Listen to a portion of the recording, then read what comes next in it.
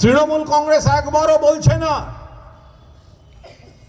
যে তৃণমূলকে ভোট না দিলে সুযোগ দেবে না। না, মমতা ব্যানার্জি জাতি, ধর্ম, দল, মত সবকিছু বাছাই করে উপকার দেন না, সকলের জন্য উপকার। কিন্তু আমরা ঘুরিয়ে বলবো, উপকার যদি আপনি নেন, তাহলে যে উপকার করছে ভোট না দিয়ে বেইমানি করবেন কেন? কেউ খারাপ ভাবে নেবেন না।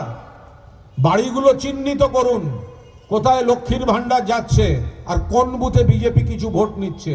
তাদের সঙ্গে দেখা করুন, তাদের বুঝিয়ে বলুন, সবিনয়ে বলুন যে আপনাদের পরিবারে এতগুলো স্কিম ঢুকছে, তাহলে আপনারা কেন তৃণমূলকে ভোট দিচ্ছেন না? হিন্দু, শুধু হিন্দুত্ব, আমরাও হিন্দু, এই দিয়ে আমাদের ভাগ করতে দেবেন না।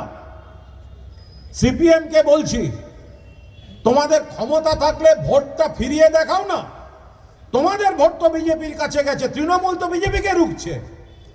মোহাম্মদ সেলিম আজ কংগ্রেসের জুতো পালিশ করতে যাচ্ছে, কাল নওশাদ সিদ্দিকীর বাড়ি যাচ্ছে, পরশু কোন হোটেলে গিয়ে হুমায়ুন কবিরের সঙ্গে মিটিং করছে। দেউলিয়া সিপিএম রাজনীতির ভিক্ষা পাত্র হাতে ঘুরে বেড়াচ্ছে কমরেড মোহাম্মদ সেলিম। কোন জাতকুল আছে এদের?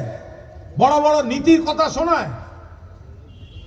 যে হোটেলে বিজেপি নেতারা ওঠে, যেখানে বিজেপির বৈঠক খাওয়া দাওয়া হয়, সেইখানে রাতের বেলা বৈঠক করছে হুমায়ুন কবির আর মোহাম্মদ সেলিম। এটা সিপিএম?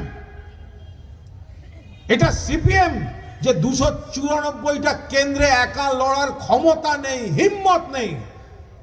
ওদের দু একটাকে দেখবেন ফেরেববাজ, নতুন সব ছেলে মেয়ে উঠছে, সিরিয়াস পলিটিক্সে নেই, সব ফেসবুক আর ইউটিউব আর টিভিতে বড় বড় কথা। এক একজনের নাম কাকে বলছে আগুন পাখি, কার নাম সাবমেরিন, কার নাম তিমি মাছ, এইসব সব নাম তাদের। নিজের পাড়ায় হারে, নিজের বুথে হারে। সিপিএম এর ক্ষমতা থাকলে সিপিএম বিজেপিতে যাওয়া ভোট ফেরত এনে দেখাক নিজেদের কাছে। তার বদলে এর বাড়ি ওর বাড়ি রাতের হোটেলে ঘুরে বেড়িয়ে কি হবে?